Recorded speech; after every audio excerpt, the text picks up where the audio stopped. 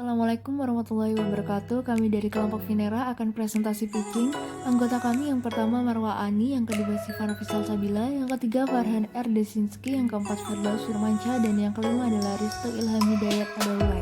Perkenalkan, nama saya Marwa Hadisya Putri. Saya di sini bertugas sebagai CEO yang memiliki tugas cukup luas dalam perusahaan, mulai dari menentukan visi perusahaan, mengatur karyawan, memperhatikan pergerakan dari kompetitor, hingga mengatur budget keuangan.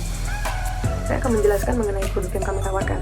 Produk yang kami tawarkan yaitu berupa pakaian basic atau pakaian polos yang diberikan sentuhan kecil baik berupa kata maupun berupa gambar yang bertemakan kekhasan dan keindahan dari Nusantara. Alasan kami memilih produk ini karena sulit ditemukannya pakaian-pakaian basic yang berkualitas baik dan bertemakan Nusantara, sehingga kami di sini menawarkan pakaian-pakaian basic dengan berbagai macam model yang berkhas Nusantara dan juga kata-kata positif dari bahasa daerah yang ada di Nusantara, namun tetap tidak meninggalkan konsep basic dari pakaian tersebut. Halo, perkenalkan, nama saya Firdaus Firmansyah. Saya menjabat sebagai kepala produksi. Kali ini saya akan menjelaskan proses-proses produksi dalam pembuatan produk ini. Perlu dicatat, sebelum melakukan proses produksi, kita sudah menjalin bekerjasama dengan beberapa UMKM lokal. Di antaranya adalah sebuah konveksi untuk menyediakan bahan yang sudah jadi berupa kaos yang sudah jadi. Yang kedua adalah sebuah distro di Bali untuk membantu mempromosikan produk kami ke wisatawan. Nah, berlanjut ke proses produksi. Yang pertama adalah membuat konsep produk. Yang kedua, mendapatkan suplai dari konveksi yang tadi disebutkan berupa kaos yang sudah jadi. Yang ketiga, memulai mendesain produk. Yang keempat, mencetak desain dengan cara disablon. Yang kelima, melakukan quality check sebelum didistribusikan ke distro yang berada di Bali tersebut. Oke, nama saya Risto Ilham Hidayat Adaulay dan saya bagian marketing atau pemasaran. Di sini saya akan menjelaskan bagaimana cara memasarkannya. Yakni yang pertama, kami akan menggunakan akun sosial media seperti Instagram Business, WhatsApp Business, Line, Telegram, Twitter, Shopee, dan lain-lain. Selanjutnya kami akan tawarkan melalui website atau platform yang berhubungan dengan wisata di Pulau Bali. Yakni yang ketiga, memberikan diskon untuk beberapa orang tercepat yang datang langsung ke toko. Ketiga cara di atas kami lakukan untuk mengetahui traffic produk yang bermula hanya melihat saja sampai akhirnya membeli produk secara tetap. Perkenalkan, nama saya Sifana Fisal Sabila. Di sini saya sebagai CFO. CFO ini bertanggung jawab untuk memberikan laporan keuangan dengan akurat kepada para stakeholder. CFO harus dapat mengidentifikasi dan memberikan laporan efektivitas strategi perusahaan dapat berjalan dengan sebagaimana mestinya.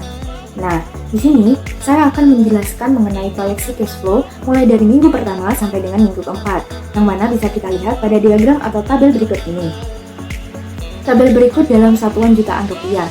Nah, yang dapat kita baca pada minggu pertama dijelaskan sampai minggu keempat untuk penentuan harga mulai dari 40.000, besaran profitnya 30% tiap tahunnya. Biaya untuk awal tahunnya kita mengeluarkan 60 juta. Sehingga dalam perjalanan bisnis ini berjalan naik turun, yang mana bisa kita lihat dengan tabel yang kita buat sedemikian rupa. Maka dari itu, kita membuka profit atau loss share dengan investor, harapannya bisa berkembang dan lebih maju dengan dijelaskan cara profitnya dan loss-nya. Halo, nama saya Farhan Desinski. Saya dari bagian administrasi akan menjelaskan tentang profit or loss share dengan investor. Di sini kami menawarkan sebuah investasi bisnis yang memiliki dua opsi, yaitu opsi profit dan loss, yang mana akan saya jelaskan secara singkat. Yang pertama adalah opsi profit, di mana kami membuka 75% untuk investor dan 40% untuk kami, yang nantinya opsi ini bakal banyak digunakan seperti untuk mendapat sebuah match media partner dari kami dan juga setoran per bulan untuk menjaga kerjasama investor dengan kami. Dan yang kedua adalah opsi loss, di mana di saat penjualan sedang tidak stabil, maka kami akan menarik 40% dan 60% untuk investor, dan per bulannya mendapat supply barang dari kami dengan setoran yang sudah ditetapkan di awal kontrak, sehingga kami dapat memulihkan keadaan penjualan sehingga berjalan dengan normal. Oke, nama saya Risto Ilham Hidayat Adaulay dan saya akan melanjutkan mengenai slide terakhir, yakni struktur organisasi.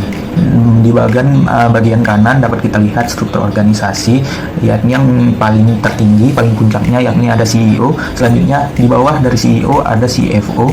Selanjutnya di bawah CFO memiliki banyak bagian yang memiliki tugasnya masing-masing, yakni ada administrasi, kepala produksi, dan marketing. Yang pertama ada CEO. CEO ini adalah Chief Executive Officer, yaitu sebagai pimpinan tertinggi di sebuah perusahaan. Seorang CEO ini memiliki tugas yang mencakup cukup luas di perusahaan, mulai dari menentukan visi strategis perusahaan, mengatur karyawan, melihat pergerakan kompetitor, hingga mengatur budget keuangan. Yang kedua ada CFO, yaitu Chief Financial Officer, yakni bertanggung jawab memberikan laporan keuangan dengan akurat kepada para stakeholder. CFO ini harus dapat mengidentifikasi dan memberikan laporan efektivitas strategi perusahaan dapat berjalan dengan sebagaimana mestinya. Selanjutnya ada beberapa bagian yang memiliki tugas berbeda itu, yaitu ada yang pertama administrasi, yakni melakukan tata kelola administrasi pada perusahaan tersebut.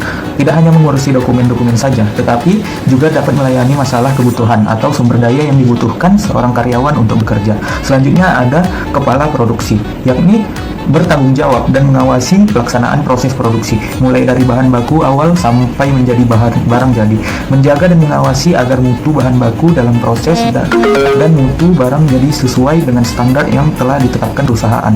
Selanjutnya ada marketing, yakni marketing itu menghasilkan sales atau penjualan dari produk yang dimiliki oleh perusahaan, sehingga perusahaan dapat keuntungan dari setiap produk yang dijual.